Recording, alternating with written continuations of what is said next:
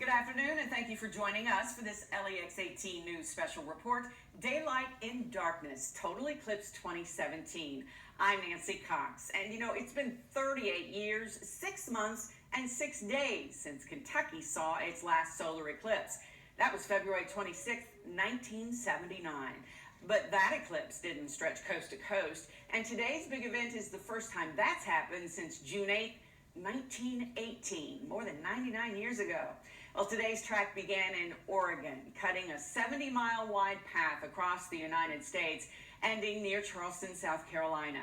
Now, what is a total solar eclipse? It happens when the sun, the moon, and the earth are in perfect alignment.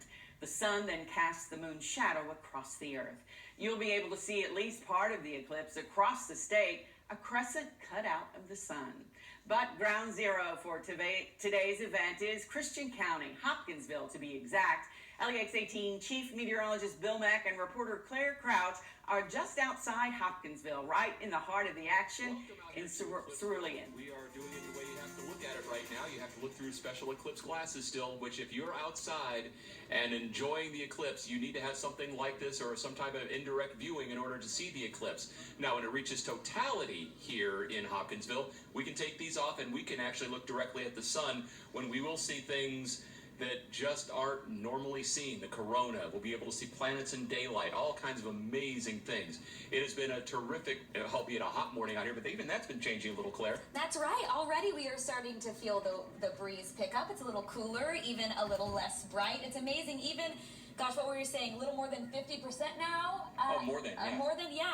And you're already feeling all those changes that we've been talking about and hearing about over the past few weeks. It's almost like right now, and you may be seeing it in Lexington as well, it's just not as crisp as it normally is. I mean, that's kind of the best way to describe it. It's less bright. And again, in Lexington, it will be less bright throughout the day and all throughout central Kentucky. Even Monticello, Jamestown, where we have 99% coverage, it's still going to be less bright. It will not be totality. It is expected that temperatures could drop anywhere from 5 to 15 degrees. We won't see that quite sharp of a drop-off here in Lexington, but it is going to start to get cooler, and the wind may also pick up as we begin to see changes in the atmosphere going on. Of course, it's going to be certainly a sight to see over the next couple of minutes or so, Nancy. It really will. Thank you, Jill. Well, we've done several stories in the past about Murray State University alumna and former NASA director Sue Darnell Ellis. She began at the age of 18 on a path that led her to the NASA Teacher Space Program in 1985. And of course, her life changed in '86 when she was at the Kennedy Space Center and watched the shuttle Challenger explode. Along with the crew, the first teacher in space, Krista McAuliffe, perished. Soon after, Sue was recruited to Paducah Independent Schools and later to the Kentucky Department of Education. She directed the first state-based space science education program, and this led to her recruitment to go to NASA. And Sue joins us now, and you've had an amazing career, so focused on education, K through 12. What an opportunity today for teachers to use this to enrich their students' education. Absolutely. What would you be doing if you were in the classroom today? Well, making sure that everybody's protecting their eyes, first of all. Definitely, we can't. That's the very most important thing, is because, the people have asked me, why would schools let out? Well, if you're a teacher with 30 students, how do you make sure all the first graders keep those eye covers on their eyes so that their eyes are not hurt? That's the main thing, is to keep their eyes protected. Let's show what you have here. This is called a green flash during the 1991 eclipse.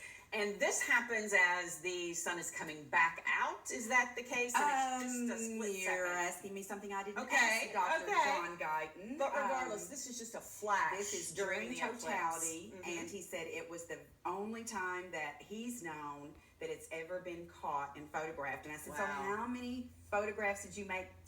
And he said, you don't want to know. So I'm sure that it's tens of thousands. The shutter is clicking every single second of totality, which is 2 minutes and 24 seconds or whatever. So, and that's just this one was in glimpse. Mexico Yeah. in 1991. That shows you what beautiful images. Yes. So we're going to talk more, but right now it's almost time. I'm ready. Yeah, the moon I'm ready. is I'm sweeping. excited to be here since I can't be in Hopkinsville. I know, but Bill Meck and Claire Crouch are, so let's go back to them as we get ready for totality in Western Kentucky. The totality for Hopkinsville is coming up now in about 3 minutes or so.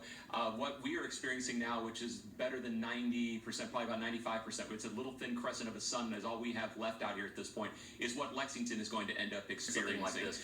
The darkness is encroaching quickly, is the best way to describe it at this point, as the moon now is really eating away at the sun in a hurry. And again, maybe this is about the point where Lexington would be, because again, we're down to just a little sliver. For you folks that are in Monticello, in Russell County, even up to Danville, you get 97 and 99% coverage. It's still not a total eclipse, but it will be something that's spectacular. Again, the changes out here are palatable, and you listen.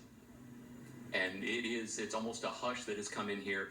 In terms of the totality, we are still about 2 minutes away. The smallest of slivers left in Hopkinsville, and once it's gone, we're looking right now for the Bailey's beads, the diamond ring effect.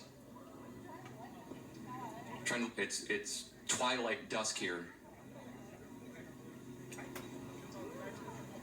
You do hear some people talking. We're down to just a little corner. I think that's the Bailey's beads right there. There is totality. Oh my gosh, we're in it. I'm hoping you're getting video of that back in Lexington. Claire to my left is just saying, oh my gosh. There are planes flying overhead. We can see Venus over here to the right. Again, for anyone watching us in totality, and again, hopefully you're outside enjoying this. It truly is amazing. The corona, fairly uniform, two broad prominences off to the left and right bottom.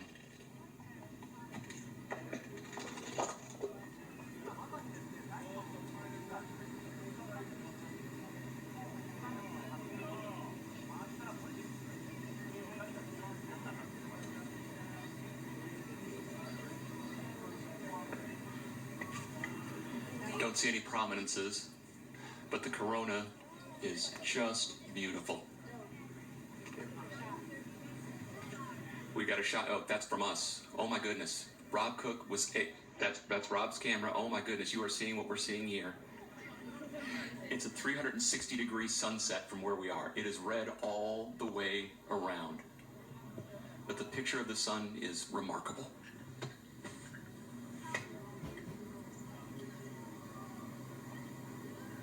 Plainly visible. It is brightening to the west.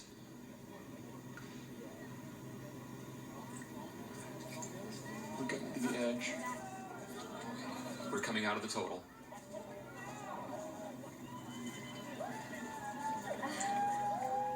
What a picture you got there from Rob Cook. It's already so much brighter.